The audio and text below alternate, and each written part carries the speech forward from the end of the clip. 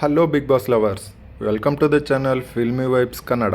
ಕನ್ನಡದ ಅತ್ಯಂತ ಜನಪ್ರಿಯ ಟಿವಿ ರಿಯಾಲಿಟಿ ಶೋ ಅಂದರೆ ಅದು ಬಿಗ್ ಬಾಸ್. ಕನ್ನಡದ ಬಿಗ್ ಬಾಸ್ 9 ಸೀಸನ್ಗಳನ್ನು ಸಕ್ಸಸ್ಫುಲ್ ಆಗಿ ಕಂಪ್ಲೀಟ್ ಮಾಡಿ ಇವಾಗ 10ನೇ ಸೀಸನ್ನ ನಡೆಸ್ತಿದೆ. ಈ 10ನೇ ಸೀಸನ್ಗೆ ಹಿಂದಿನ 9 ಸೀಸನ್ಗಳಿಗೂ ಸಿಗದೇ ಇರೋಷ್ಟು TRP ಸಿಗ್ತಿದೆ. ಇಷ್ಟೊಂದು TRPನ ತಗೊಂಡು ಕರ್ನಾಟಕದ ನಂಬರ್ 1 ರಿಯಾಲಿಟಿ ಶೋ ಅನ್ನಿಸ್ಕೊಂಡಿರೋ ಬಿಗ್ ಬಾಸ್ ಮೇಲೆ ಅದು ರಿಯಾಲಿಟಿನ ಇಲ್ಲ ಫೇಕಾ ಇಲ್ಲ ಸ್ಕ್ರಿಪ್ಟೆಡ್ಡಾ ಅನ್ನೋ ಡೌಟು ಪ್ರತಿಯೊಬ್ಬರಲ್ಲೂ ಒಂದಲ್ಲ ಒಂದು ಸಾರಿ ಬಂದೇ ಇರುತ್ತೆ. ಇವತ್ತಿನ ವಿಡಿಯೋದಲ್ಲಿ ಬಿಗ್ ಬಾಸ್ ರಿಯಾಲಿಟಿ ಶೋನ ಇಲ್ಲ ಸ್ಕ್ರಿಪ್ಟೆಡ್ ಶೋನ ಅಂತ ಮಾತಾಡೋಣ ಬನ್ನಿ. ಒಂದು ದೊಡ್ಡ ಮನೆಯಲ್ಲಿ 16ರಿಂದ 17 ಜನ ಎಲ್ಲ ಏಜ್ ಗ್ರೂಪ್ ಕಂಟೆಸ್ಟ್ಗಳನ್ನು ಹಾಕಿದಾಗ ಕೆಲವೊಬ್ಬರ ಮಧ್ಯೆ ಪ್ರೀತಿ ಬೆಳೆಯುತ್ತೆ, ಕೆಲವೊಬ್ಬರ ಮಧ್ಯೆ ಸ್ನೇಹ ಬೆಳೆಯುತ್ತೆ, ಕೆಲವೊಬ್ಬರು ಕಿತ್ತಾಡ್ಕೋತಾರೆ. ಈ ಲವ್ ಮತ್ತು ಫ್ರೆಂಡ್ಶಿಪ್ ಸ್ಕ್ರಿಪ್ಟೆಡ್ಡಾ ಅಂದರೆ ಅಲ್ಲ.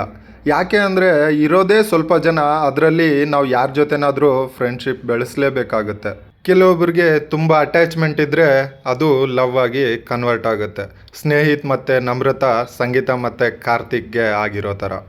ಮನೇಲಿ ಇರೋ ಎಲ್ಲರೂ ಫಿಸಿಕಲ್ ಗೇಮ್ನ ಆಡ್ತಿದ್ರೆ ಬಿಗ್ ಬಾಸ್ ಮಾತ್ರ ಮನೇಲಿರೋ ಎಲ್ಲರ ಜೊತೆನೂ ಮೈಂಡ್ ಗೇಮ್ ಆಡ್ತಾ ಇರ್ತಾರೆ. ಯಾವುದೋ ಒಂದು ಟಾಸ್ಕಲ್ಲಿ ಅಪೋಸಿಟ್ ಟೀಮ್ ಅವ್ರ ಜೊತೆ ಒಂದು ಚಿಕ್ಕ ಜಗಳ ಆಯಿತು, ಚಿಕ್ಕ ಮಾತುಕತೆ ಆಯಿತು ಅಂದರೆ ನೆಕ್ಸ್ಟ್ ಟಾಸ್ಕ್ಗೆ ಅವರಿಬ್ಬರನ್ನೇ ಅಪೋಸಿಟ್ ಟೀಮ್ನ ಮಾಡಿ ಆ ಜಗಳನ ಇನ್ನೂ ಸ್ವಲ್ಪ ದೊಡ್ಡದು ಮಾಡೋ ಥರ ಟಾಸ್ಕ್ಗಳನ್ನು ಬಿಗ್ ಬಾಸ್ ಕೊಡ್ತಾ ಇರ್ತಾರೆ. ಇದಕ್ಕೆ ಎಕ್ಸಾಂಪಲ್ ಅಂದರೆ ಸಂಗೀತ ಮತ್ತು ವಿನಯ್. ಟಾಸ್ಕ್ನ ಯಾವುದೇ ಜಗಳ ಇಲ್ಲದೆ ಇರೋ ಥರ ಕೂಲಾಗಿ ಆಡ್ಬೋದಲ್ಲ. ನೋಡೋರಿಗೆ ಗೊತ್ತಾಗ್ತಿದೆ ಬಿಗ್ ಬಾಸ್ ಇವರಿಬ್ಬರ ನಡುವೆ ಜಗಳ ಆಗುತ್ತೆ ಅಂತಲೇ ಈ ಟಾಸ್ಕ್ ಕೊಟ್ಟಿದ್ದಾರೆ ಅಂತ.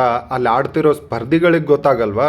ಖಂಡಿತವಾಗಿಯೂ ಆಡ್ತಿರೋ ಸ್ಪರ್ಧಿಗಳಿಗೆ ಇದೆಲ್ಲ ಗೊತ್ತಾಗಲ್ಲ. ಯಾಕೆ ಅಂದರೆ ನಾನು ಮೊದಲೇ ಹೇಳ್ದಂಗೆ ಇದು ಬಿಗ್ ಬಾಸ್ನ ಮೈಂಡ್ ಗೇಮ್. ಮೈಂಡ್ ಗೇಮ್ ಯಾವ ಥರ ಅಂದರೆ, ಒಬ್ಬ ಮನುಷ್ಯ ನೆಮ್ಮದಿಯಾಗಿ ಕೂಲಾಗಿ ಇರಬೇಕು ಅಂದರೆ ಅವನಿಗೆ ಇಂಪಾರ್ಟೆಂಟ್ 2 ಥಿಂಗ್ಸ್ ಆಗುತ್ತೆ. ಒಂದು ಊಟ, ಇನ್ನೊಂದು ನಿದ್ದೆ. ಕಂಟೆಸ್ಟೆಂಟ್ಗಳಿಗೆ ಅಲ್ಲಿ ಕೊಡೋ ಊಟ ತುಂಬ ಲಿಮಿಟೆಡ್ ಆಗಿರುತ್ತೆ ಮತ್ತು ಅದನ್ನು ಅವರೇ ಟಾಸ್ಕ್ ಆಡಿ ಅರ್ನ್ ಮಾಡಬೇಕಾಗಿರುತ್ತೆ. ಇನ್ನು ನಿದ್ದೆ ವಿಚಾರಕ್ಕೆ ಬಂದರೆ ನೀವೆಲ್ಲ ನೋಡೇ ಇರ್ತೀರ, ರಾತ್ರಿ 12, 2 ಗಂಟೆ 3 ಗಂಟೆವರೆಗೂ ಎಲ್ಲ ಟಾಸ್ಕ್ಗಳನ್ನು ಕೊಟ್ಟು ಅವ್ರನ್ನ ಎಚ್ಚರ ಇರೋ ಥರ ಮಾಡಿರ್ತಾರೆ. ಸರಿಯಾದ ಊಟ ನಿದ್ದೆ ಇಲ್ಲ ಅಂದರೆ ಮನುಷ್ಯ ಫ್ರಸ್ಟ್ರೇಟ್ ಆಗೋದು ಸಹಜ. ಆ ಫ್ರಸ್ಟ್ರೇಷನ್ನಲ್ಲಿದ್ದಾಗ ಯಾರೇ ಆಗಲಿ ಒಂದು ಚಿಕ್ಕ ಮಾತಂದರೂ ಅಲ್ಲಿ ಜಗಳನೇ ಆಗುತ್ತೆ. ಅದಕ್ಕೋಸ್ಕರನೇ ಬಿಗ್ ಬಾಸಲ್ಲಿ ಇಷ್ಟೊಂದು ಜಗಳಗಳು ಆಗ್ತಿರೋದು. ಇನ್ನು ಆಡಿಯನ್ಸ್ಗೆ, ಜನಗಳಿಗೆ ಬೇಕಾಗಿರೋದು ಇದೆ. ಯಾವುದು ಚೆನ್ನಾಗಿರುತ್ತೆ ಅದ್ರ ಕಡೆ ಗಮನನೇ ಹೋಗಲ್ಲ. ಎಲ್ಲಿ ನೆಗೆಟಿವಿಟಿ ಜಾಸ್ತಿ ಇರುತ್ತೆ ಅಲ್ಲಿ ಜಾಸ್ತಿ ಗಮನ ಹೋಗುತ್ತೆ. ಇದಕ್ಕೆ ಎಕ್ಸಾಂಪಲ್ ಅಂದರೆ ನ್ಯೂಸ್ ಚಾನಲ್ಗಳು. ಸಿನಿಮಾ ವಿಚಾರನ ಒಂದು ಬಿಟ್ಟು ಬೇರೆ ಎಲ್ಲ ವಿಚಾರಗಳನ್ನು ನೆಗೆಟಿವ್ ಆಗಿ ತೋರಿಸುತ್ತೆ. ಅದಕ್ಕೆ ನ್ಯೂಸ್ ಚಾನಲ್ಗಳಿಗೆ ಅಷ್ಟೊಂದು TRP ಹೋಗ್ತಿರೋದು. ಇದರಲ್ಲಿ ಚಾನಲ್ ಅವ್ರದ್ದು ಏನೂ ತಪ್ಪಿಲ್ಲ. ಯಾಕಂದರೆ ಜನಗಳು ಏನನ್ನು ನೋಡೋಕೆ ಇಷ್ಟಪಡ್ತಾರೋ ಅದನ್ನೇ ಅವರು ತೋರಿಸೋದು. ಬಿಗ್ ಬಾಸ್ ಮನೇಲಿ ಯಾರು ಎಷ್ಟೇ ಜಗಳ ಮಾಡಿದ್ರು ಕೆಲವೊಬ್ಬರು ಬಾಯಿ ಮಾತಿಗೆ ಹೇಳ್ತಾರೆ, ನಾನು ಇಲ್ಲಿ ಇರಲ್ಲ, ನಿನ್ನಂಥವ್ರ ಜೊತೆ ಇರಲ್ಲ, ನಾನು ಹೊರಗೆ ಹೋಗ್ತೀನಿ ಅಂತ. ಆದರೆ ಇದುವರೆಗೂ 10 ಸೀಸನ್ಗಳಲ್ಲಿ ಒಬ್ಬನೇ ಒಬ್ಬ ತನ್ನ ಸ್ವಇಚ್ಛೆಯಿಂದ ಆಚೆ ಹೋಗಿಲ್ಲ. ಯಾಕೆ ಹೋಗಲ್ಲ ಅಂದರೆ ಬಿಗ್ ಬಾಸ್ ಅಲ್ಲಿರೋ ಕಂಟೆಸ್ಟೆಂಟ್ಗಳಿಗೆಲ್ಲ ವೀಕ್ಲಿ ಪೇಮೆಂಟನ್ನು ಪೇ ಮಾಡ್ತಾ ಇರುತ್ತೆ. ಅವರು ಎಷ್ಟೇ ಜಗಳ ಮಾಡಿ ನಾನು ಆಚೆ ಹೋಗ್ತೀನಿ ಅಂದರೂ ಒಂದು ಸಾರಿ ಮನೆಯಿಂದ ಆಚೆ ಹೋದರೆ ಆ ಪೇಮೆಂಟ್ ಬರೋದು ಸ್ಟಾಪ್ ಆಗುತ್ತೆ. ಅದಕ್ಕೆ ಮಾತಿಗೆ ಮಾತ್ರ ಹೇಳ್ತಾರೆ, ಸ್ವಇಚ್ಛೆಯಿಂದ ಮನೆಯಿಂದ ಆಚೆ ಯಾರೂ ಹೋಗಲ್ಲ. ಇನ್ನು ವೋಟಿಂಗ್ ವಿಚಾರಕ್ಕೆ ಬಂದರೆ ಇವರು ವೋಟ್ ಮುಖಾಂತರನೇ ಸೇವ್ ಆಗ್ತಿದ್ದಾರಾ ಇಲ್ಲ ಅಂದರೆ ಇವ್ರಿಗೆ TRP ಜಾಸ್ತಿ ಬರ್ತಿದೆ ಅಂತ ಬಿಗ್ ಬಾಸೇ ಉಳಿಸ್ಕೊತಿದ್ದಾರಾ ಅನ್ನೋ ಡೌಟು ಎಲ್ರಿಗೂ ಇದೆ. ಇದಕ್ಕೆ ಆನ್ಸರ್ ಬಂದು ಹೌದು, ಎಲ್ಲರೂ ವೋಟ್ ಮುಖಾಂತರನೇ ಸೇವ್ ಆಗ್ತಿರೋದು. ಕೆಲವೊಬ್ಬರಿಗೆ TRP ಚೆನ್ನಾಗಿರುತ್ತೆ, ಬಟ್ ಅವರು ಎಲಿಮಿನೇಟ್ ಆದರೆ ಹೇಗೆ ಅಂತ.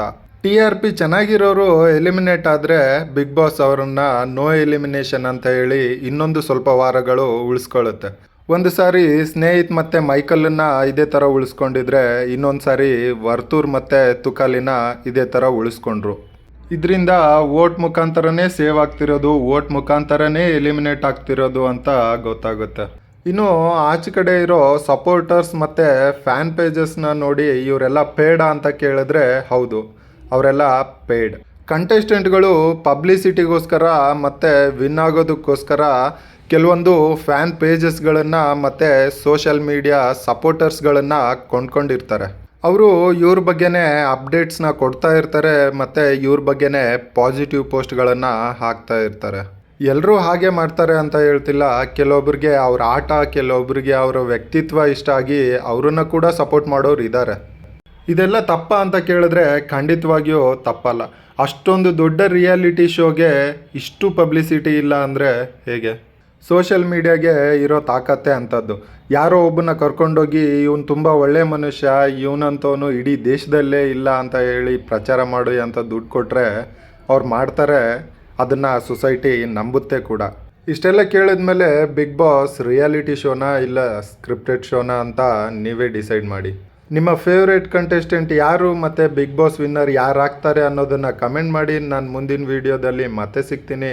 ಸಬ್ಸ್ಕ್ರೈಬ್ ಮಾಡೋದು ಮಾತ್ರ ಮರಿಬೇಡಿ. ಬಾಯ್.